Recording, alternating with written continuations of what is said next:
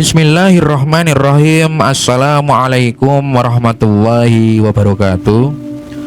Pada kesempatan kali ini saya akan menyampaikan sejarah mengenai salah seorang nabi yang mana nabi ini tidak begitu dikenal. Nabi ini bernama Nabi Daniel. Tujuan saya menyampaikan sejarah ini tidak lain adalah untuk menambah wawasan kita semua, agar kita dapat mengetahui hal-hal yang berkaitan mengenai sejarah-sejarah para nabi di masa lalu.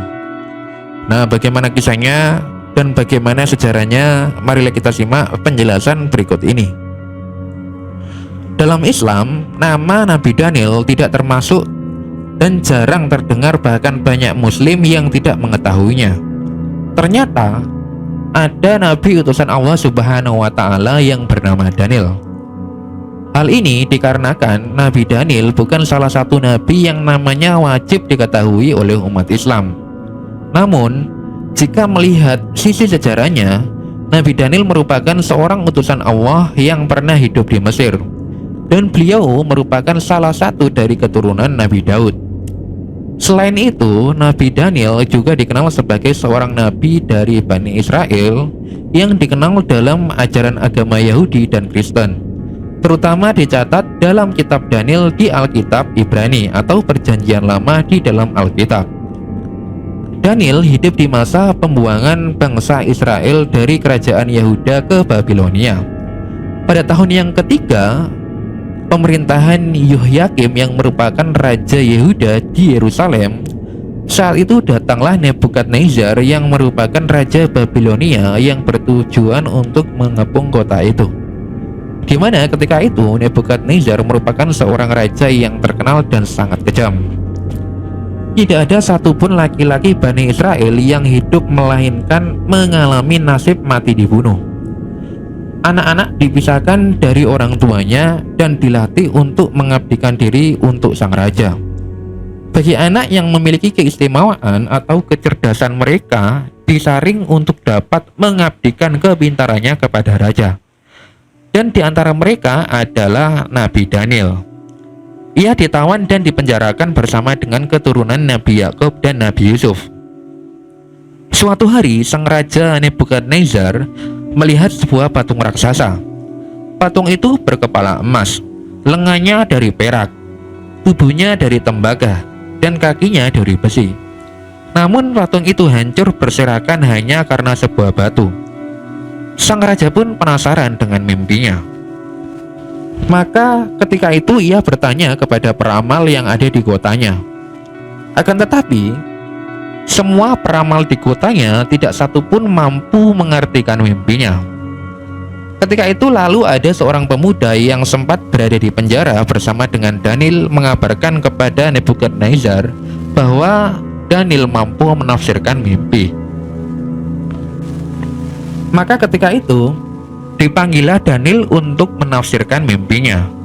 Daniel kemudian menafsirkan mimpi sang raja bahwasanya patung itu merupakan tanda penguasa yang akan silih berganti, di mana emas merupakan Babilonia yang kemudian akan hancur digantikan oleh kerajaan Persia sebagai perak, lalu kerajaan Yunani sebagai tembaga, dan kekaisaran Romawi sebagai besi. Namun seluruh penguasa itu akan berakhir dengan kehancuran. Nah, ketika itu Daniel sangat jelas mengartikan mimpi Nebukadnezar. Karena kepiawaiannya, maka sang raja pun dibuat kagum akan kehebatan Nabi Daniel. Nabi Daniel kemudian dibebaskan dari penjara dan dijadikan konsultan sekaligus guru pribadi Nebukadnezar. Kedekatan antara Nebukadnezar dengan Nabi Daniel ini membuat petinggi Majusi geram.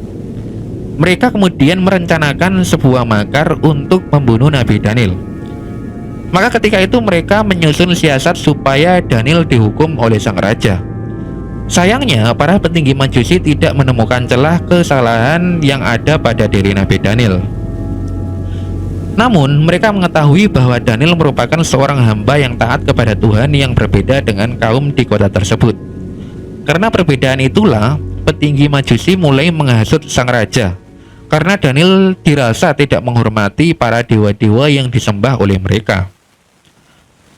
Karena itu, sang raja pun akhirnya merasa geram. Maka mereka pun memikirkan hukuman yang setimpal bagi seorang pembangkang. Maka ketika itu digalilah sebuah lubang yang besar. Kemudian Nabi Daniel dimasukkan ke dalamnya bersamaan dengan kawanan singa yang sangat kelaparan. Namun, kuasa Allah Subhanahu wa Ta'ala, setelah beberapa hari lamanya Daniel berada di dalam lubang tersebut, ternyata beliau dalam keadaan sehat dan utuh. Setelah kerajaan dalam keadaan tenang kembali, Nabi Daniel pun mencari cara agar ia dapat keluar dari lubang tersebut.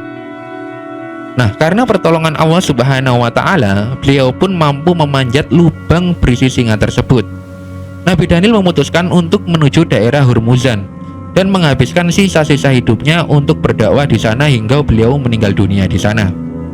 Nah, jasad Nabi Daniel ditemukan oleh sahabat Abu Musa al-Ash'ari ketika berjihad melawan bangsa Tatar di daerah Hurmuzan. Jasad Nabi Daniel ditemukan di Baitul Mal Hurmuzan, dan penduduk Hurmuzan menjelaskan bahwa jasad tersebut telah meninggal 300 tahun yang lalu. Akan tetapi jasadnya masih utuh dan tidak membusuk sedikit pun. Lalu Abu Musa al-Ash'ari mengirimkan surat kepada Umar bin Khattab sebagai khalifah saat itu. Umar bin Khattab menjelaskan bahwa itu adalah jasad dari Nabi Daniel dan memerintahkannya untuk menyembunyikannya kuburannya. Nah, diriwayatkan oleh Ibu Abi Saibah dari sahabat Anas, dikatakan bahwasanya tatkala mereka, yaitu Abu Musa al-Ash'ari, menaklukkan Tustur, mereka menemukan jasad seseorang yang hidungnya panjang. Penduduk Hurmuzan beristi'anah atau meminta bantuan dan meminta hujan dengan perantara jasad tersebut. Abu Musa segera menulis surat kepada Umar bin Khattab. Kemudian Umar membalas suratnya, sesungguhnya ini atau jasad tersebut adalah nabi di antara para nabi. Api tidak akan membakar jasad para nabi dan bumi tidak akan merusaknya. Hendaklah engkau dan salah seorang sahabatmu menguburkannya di tempat yang tidak ada seorang pun yang mengetahuinya kecuali kalian berdua.